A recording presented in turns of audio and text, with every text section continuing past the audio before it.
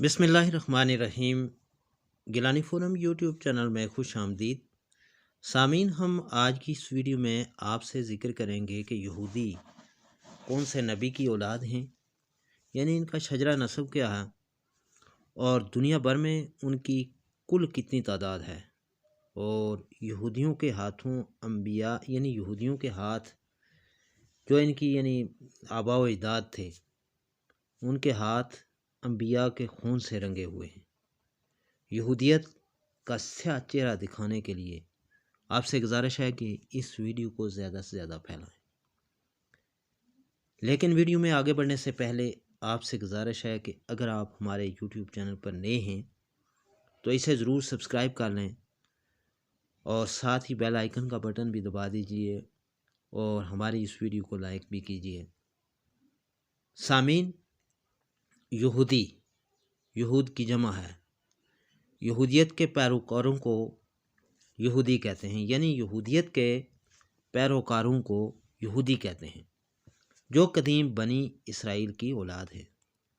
دنیا بھر میں یہودیوں کی موجودہ کل تعداد کا مکمل اندازہ تو نہیں لایا جا سکتا، تاہم ان کی تعداد 12 سے 14 ملین کے لگ بھگ ہے، جن کی اکثریت امریکہ اور اسرائیل میں رہائش پذیر ہے۔ اس وقت ریاستہائے متحدہ امریکہ میں 57 لاکھ سے زیادہ رہتے ہیں۔ اسی طرح فرانس میں 45 لاکھ سے 60 لاکھ تک رہتے ہیں، کینیڈا میں 39 لاکھ سے 55 لاکھ تک، مملکت متحدہ میں 28 لاکھ سے 37 لاکھ تک، ارجنٹائن میں 18 لاکھ سے 33 لاکھ تک، روس میں 17 لاکھ 6 ہزار سے 38 لاکھ تک، جرمنی میں 11 لاکھ سے 22 لاکھ تک، اور آسٹریلیا میں 11 لاکھ سے 14 لاکھ تک ہیں۔ برازیل میں 93 ہزار سے 1,50,000 تک ہیں، اور جنوبی افریقہ میں 69,300 سے 80,000 تک ہیں۔ یوکرین میں 53 ہزار سے 1,40,000 تک ہیں، اور مجارستان میں 47 لاکھ سے 47,500 سے 1 لاکھ تک ہیں۔ میکسیکو میں 40,000 سے 50,000 ہیں۔ نیدرلینڈ میں 29,000 سے 52,000 تک ہیں۔ بلجیم میں 29,300 سے 40,000 تک ہیں۔ اطالیہ میں 27,300 سے 41,000 تک ہیں۔ کولمبیا میں 27,000 سے 30,000 تک ہیں۔ سوئٹزرلینڈ میں 18,700 سے 25,000 ہیں۔ چلی میں 18,300 سے 26,000 ہیں۔ ترکیہ میں 15,300 سے 21,000 تک ہیں، اور سویڈن میں 15,000 سے 25,000 تک ہیں۔ حالیہ اعداد و شمار کے مطابق دنیا میں 1,44,35,900 یہودی ہیں۔ اسرائیل میں 30 لاکھ، روس میں 26 لاکھ 20,000 اور امریکہ میں 58,70,000 آباد ہے۔ دنیا میں سب سے زیادہ یہودی نیو یارک شہر میں ہیں، جہاں ان کی تعداد 18,30,000 ہے۔ یہودی کی اصطلاح اپنے اندر کثیر مذہبی وظائف اور عقائد کو سمیٹے ہوئے ہے۔ دنیا بھر کے یہودی اپنے وظائف اور عقائد کے لحاظ سے متعدد حصوں میں منقسم ہیں۔ ایک تحقیق کے مطابق یہودیوں کی اکثریت خدا پر یقین نہیں رکھتی اور وہ زیادہ تر ملحد ہیں۔ اگر تاریخ کی بات کی جائے کہ یہ بنی اسرائیل یا یہ یہودی جو ہیں یہ کس کی اولاد ہیں، تو حضرت ابراہیم کے 2 بیٹے تھے، اسماعیل یعنی حضرت اسماعیل اور حضرت اسحاق۔ حضرت اسحاق کے بھی 2 بیٹے تھے، ایک یعقوب اور ایک عیسو۔ حضرت عیسیٰ جو پیغمبر عیسو پیغمبر نہیں تھے۔ حضرت یعقوب پیغمبر تھے۔ یعقوب علیہ السلام کے 12 بیٹے تھے، جن میں سے ایک کا نام یہودا تھا۔ یہودی کا لفظ اسی سے ہے، اور یعقوب کا لقب یعقوب کا لقب جو ہے وہ اسرائیل تھا۔ اسرائیل کا مطلب ہے اللہ کا بندہ۔ یہی بنی اسرائیل یعنی اسرائیل کی اولاد یہودی کہلائے۔ آدم علیہ السلام سے لے کر ملاکی تک جتنے بھی انبیاء گزرے ہیں، یہودی ان سب کو انبیاء مانتے ہیں۔ یہودی ملاکی کو آخری نبی نہیں سمجھتے، اور ملاکی کے بعد جتنے بھی نبی آئے ہیں انہیں یہودی نہیں مانتے، اور ابھی تک مشیاخ یعنی مسیح کے انتظار میں ہیں، ان کے نزدیک مسیح ہی آخری پیغمبر ہوگا۔ اس طرح یہودی تورات کو اللہ کی طرف سے نازل شدہ مانتے ہیں، لیکن انجیل اور قرآن کو نہیں مانتے۔ اگر سامعین بات کی جائے جو اہل فلسطین پر اس وقت ظلم ہے، اس ظلم کے حوالے سے، تو سرزمین قدس قبلہ اول کی بنا پر تمام امت مسلمہ کا مشترکہ یعنی ایک اثاثہ ہے۔ یہاں انبیاء کرام علیہ الصلاۃ والسلام کی کثرت بعثت کی بنا پر سرزمین انبیاء بھی یہ کہلاتی ہے۔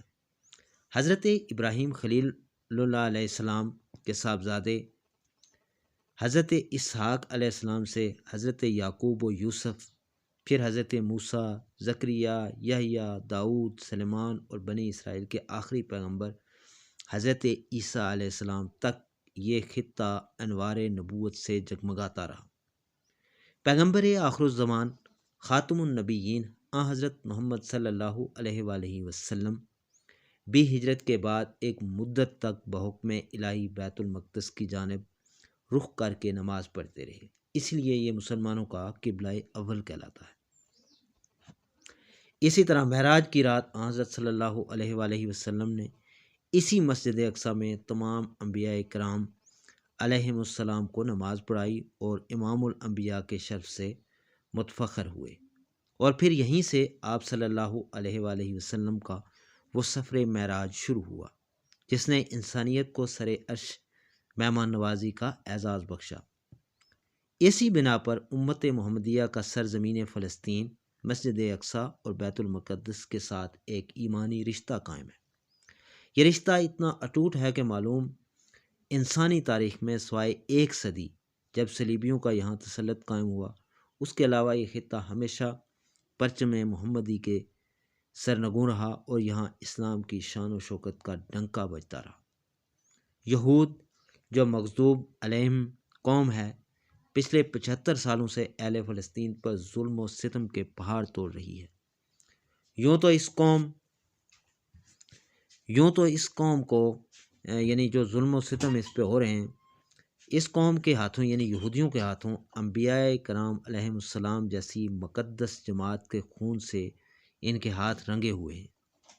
اپنی ہی قوم کے علماء اور صلحاء کا خون بہانا ان کا صدیوں سے آبائی پیشہ آ رہا ہے، اور آج یہ فلسطین پر قابض ہو کر وہاں صدیوں سے آباد مسلمانوں کا قتل عام کر کے انہیں نقل مکانی پر مجبور کر رہے ہیں۔ یہودیوں کے مختلف جرائم قرآن کریم میں مذکور ہیں، جن میں قتل انبیاء کا تذکرہ بار بار دہرایا گیا ہے۔ انہی جرائم کی بنا پر یہ قوم ذلت و پستی کی پاتال میں اتاری گئی۔ جنگ عظیم سے قبل یہودی بڑی تعداد میں جرمنی میں آباد تھے۔ ہٹلر نے ان کا قتل عام کر کے باقی ماندہ کو وہاں سے نکالا تو دنیا کا کوئی ملک انہیں پناہ دینے کو تیار نہیں تھا۔ اس کی وجہ ان کی چالاکی، مکاری اور دھوکہ دہی اور غداری، بے وفائی اور ناشکری وغیرہ تھی۔ حتیٰ کہ جب برطانیہ کو یہ خدشہ لاحق ہوا کہ یہ برطانیہ آ کر بس جائیں تو اس نے ان سے چھٹکارا پانے اور مسلمانوں کی وحدت کو توڑنے کے لیے ایک پنتھ دو کاج کے مصداق ارض فلسطین میں انہیں بسانے کا فیصلہ کیا، لیکن اپنی فطرت کے بموجب انہوں نے فلسطین کی زمین پر قبضہ جمانا شروع کر دیا۔ نوبت یہاں تک ہوئی کہ 1956 میں اقوام متحدہ نے عرب کے سینے میں اسرائیل خنجر یعنی گونپ کر فلسطین کے 2 ٹکڑے کر دیے اور اسرائیل نامی ناگ قبلہ اول کے خزانے پر اپنا پھن پھیلا کر قابض ہو گیا۔ عرض فلسطین پر قابض ہونے کے بعد اسرائیل نے آگ و خون کا جو سلسلہ شروع کیا وہ تاحال جاری ہے۔ سامعین، یہ جنگ خوفناک جنگ لڑی اور القدس کو محاورتاً نہیں بلکہ حقیقتاً اپنے ظلم و جبر کی آگ میں جھونک دیا۔ اہل فلسطین یہود کے مظالم کا مقابلہ کرنے کے لیے مادی وسائل کی قلت کا شکار ہونے کے باوجود آج تک نبرد آزما ہے، لیکن مسلم حکمران جو ایٹمی طاقت، تیل کی دولت اور بے شمار وسائل اور اسلحہ سے مالا مال اور لیس ہیں، اسرائیل سے قبلہ اول نہیں چھڑا سکے۔ پہلے تو گائے بگائے کوئی آواز اٹھتی سنائی دیتی تھی، لیکن حال ہی میں جب رمضان کے مقدس ماہ کی آخری راتوں میں صہیونی اعداء مسجد اقصی میں مصروف عبادت مسلمانوں پر ٹوٹ پڑا، اور تب سے تقریباً 2 ہفتے القدس پر آگ و آہن کی بارش ہوتی رہی۔ اسی طرح پچھلے دنوں 8 اکتوبر کے بعد جب یہ معاملہ چلا آ رہا ہے تو اس وقت سے لے کر اس وقت تک مسلم امہ کی طرف سے انتہائی یعنی خاموشی کا مظاہرہ کیا جا رہا ہے۔ تاہم تمام مسلم ممالک اگر بیداری کا ثبوت دیں، اقوام متحدہ کی جنرل اسمبلی میں مضبوط لابنگ کر کے اہل فلسطین کو ان کا ملک اور زمینیں واپس کرائیں، تو یہ کوئی اتنا مشکل کام نہیں۔ تمام اسلامی ممالک مل کر سلامتی کونسل میں ایک مسلم نشست حاصل کرنے کا مطالبہ کریں، جس میں صرف 5 ممالک کی اجارہ داری ہے کہ اگر 4 ممالک کسی ملک کے خلاف آواز اٹھاتے ہیں تو ایک ملک آ کر اسے ویٹو پاور کے ذریعے رد کر دیتا ہے، جیسا کہ حالیہ فلسطین کے معاملے میں امریکہ نے کیا۔ جب مسلم ممالک بھی یہ نشست حاصل کر لیں گے تو انہیں بھی حق حاصل ہوگا کہ کسی بھی اسلامی ملک کے خلاف کوئی جارحیت کا سوچے گا تو اسلامی بلاک اس کی مخالفت کرے گا۔